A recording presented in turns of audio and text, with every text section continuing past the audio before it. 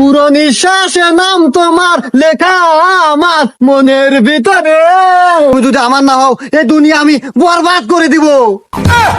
কাল্লু থাল দে ভাই, ভিক্ষা দেন। না, আবার শুরু হইলো। আব্বা আব্বা, তোমার ছেলে কাল্লু, মানে আমি সরকারি চাকরি পাচ্ছি। তাই নাকি বাবা? যাই, তুই আমার এতদিনে মুখ উজ্জ্বল করলু। তো বাবা বেতন কত? আব্বা বেতন মেলা 15,300 টাকা। যাই বাবা, এতদিন পর আমাদের একটা ব্যবস্থা হইলো। এ বাবু, ব্যবস্থা করে রাখেন, আগে ভিক্ষা দেন। হই বাবু, রাখো তোমার ভিক্ষা।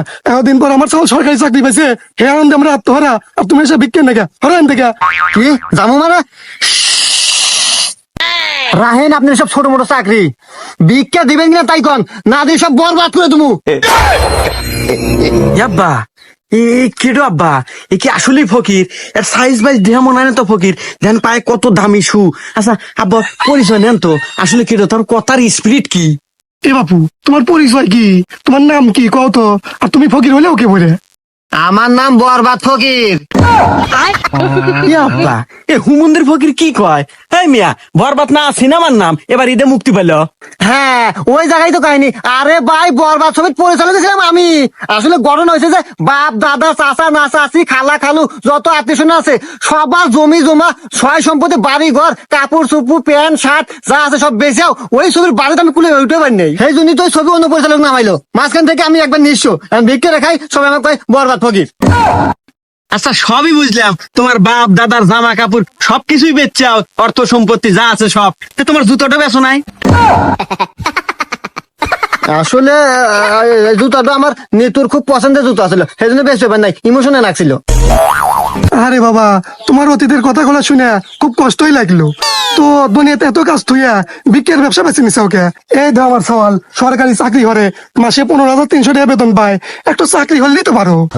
না মুরব্বী, ওই আপনার সব চাকরি হলে 15,300 বেতন পায়, ওই টিয়াতে আমার পোষাবো না। ওরে বাবা, সোনার চান পিতলার গবু কয় কি এতক্ষণে? তাতে ভিক্ষে হলে কয় টাকা পাও মাসে? করি মুরব্বী, ওই মাসে বিক্রি করে মোটামুটি 50 থেকে 60,000 টাকা কামাই করি।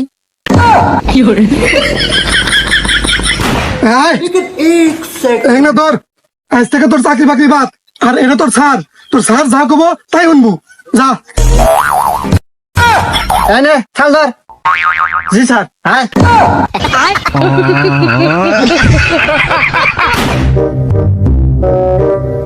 এই দাঁড়া, কাল্লু থাল দে। এই ভিক্ষা দে, নইলে কিন্তু সব বরবাদ করে দিব। এবারে কেউ ভিক্ষা চালি ভিক্ষা দিব, আর এটা কি আপনি বরবাদ ছবি পাইছেন যে ডায়লগ মারতেছেন? ভিক্ষা চালি নরম সুরে চাওয়া নাকবো, তবে মানুষ ভিক্ষা দিব। আমার তো মনেই নাই রে। আসলে ভাই, দোষ তো আমার না, দোষ হলো ওই বরবাদ ছবির। এমন এমন ডায়লগ দিছে যা শরীরে গাইতে গেছে। আসলে খাই যে ভিক্ষা, এটা আমার মনেই নাই। ভাই ভিক্ষা দেন। হ্যাঁ বাবু, ভিক্ষা নেবেন আগে তো, আমার ভয় আমার গলা হুকে পানি নাই। এই নেন ভিক্ষা নেন। ধন্যবাদ ভাই আপনাকে। এস হ্যাঁ হ্যাঁ না, 2টা ভিক্ষা দিল। হ্যাঁ, ঠিকই তো আছে।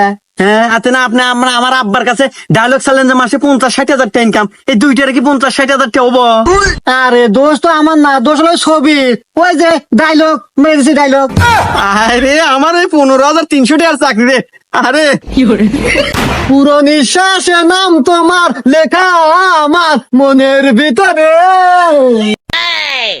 পুরো পৃথিবী জ্বালিয়ে দেব নিতু আমার না হলে। কাল্লু থাল দে ভাই, ভিক্ষা দেন। এ ভাই, ভিক্ষা নিবেন নেন তো, মানুষ কয় গজল, আপনি গান কনকে? এই মিয়া, আপনি কি জানেন না যে এখন গজল করলে আর ভিক্ষা দেয় না, গান কন আগে? আর আপনি কনে থাকেন? এটা হলো বরবাদের যুগ, আর আমার স্যার হে হলো বরবাদ ফকির। এই কত কথা বাদ, ভিক্ষা দিলি দে, না দিলি সব বরবাদ করে দেবো। না ভাই থাক, বরবাদ করার দরকার নাই, এই নেন ভিক্ষা।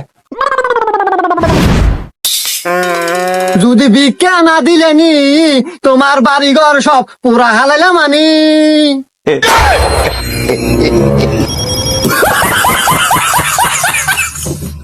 পুরো দুনিয়া আমার, কেউ যদি ভিক্ষা না যায় সব বরবাদ করে দেবো।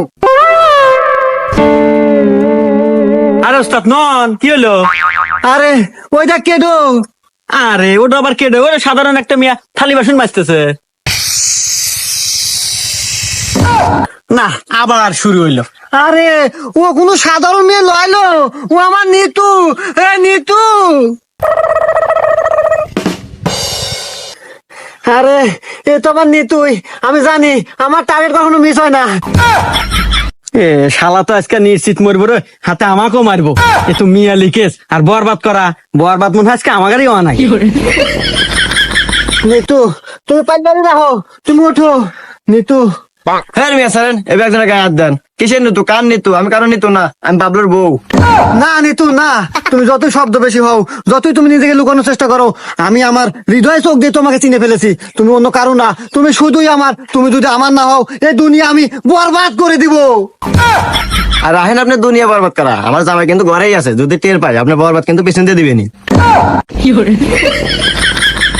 না নিতু না, তুমি এবারে কথা কও না। দেখো আজ তুমি অন্য ঘরে বউ দেখা এই থালি বাসন মাজা নাগে, পাল্লারি মাজা নাগে। আজ যদি তুমি আমার ঘরে বউ লেনি, তালি পরে আমার পাশে দাঁড়ায় খালি থালি ধরে থাকলে হলেনি।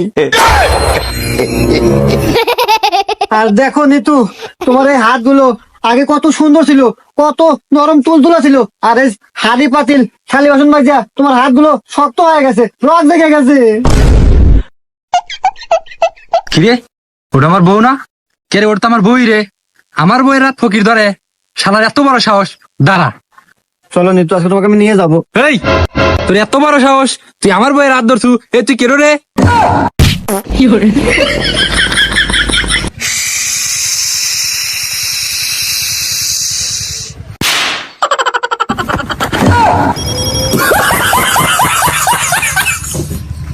শালা শালা তোকে আর যদি বাড়ির আশেপাশে আর কোনোদিন দেখি, তোকে খবর হলে দেবো।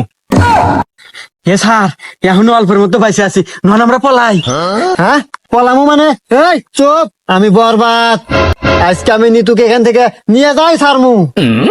ভাই, আমার নাম বরবাদ ফকির। আমি আপনার কাছে ধন সম্পদ, টাকা পয়সা, সোনা দানা কিচ্ছু চাই না। আমি শুধু নিতুকে আপনার কাছে ভিক্ষা চাই, ভিক্ষা দেন। এই শালারা তো ভালো খারাপ রে, শালাকার উচিত শিক্ষা দেওয়া অনেক। দাঁড়া, কাল্লু, এই যে থাল, আরে রাখ তো, থাল উঠে। বাইগান